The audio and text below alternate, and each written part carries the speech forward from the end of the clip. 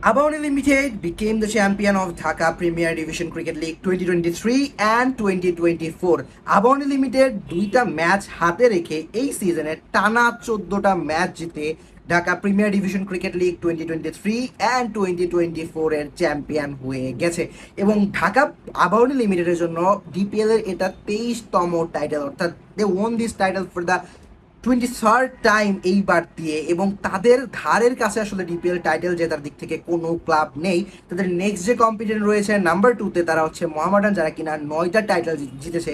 Still তারা Abahani limited থেকে 14টা title পিছিয়ে আছে ইন ডিপিএল এর কথা যদি আমরা বলি। So congratulation two Dhaka Abahani limited.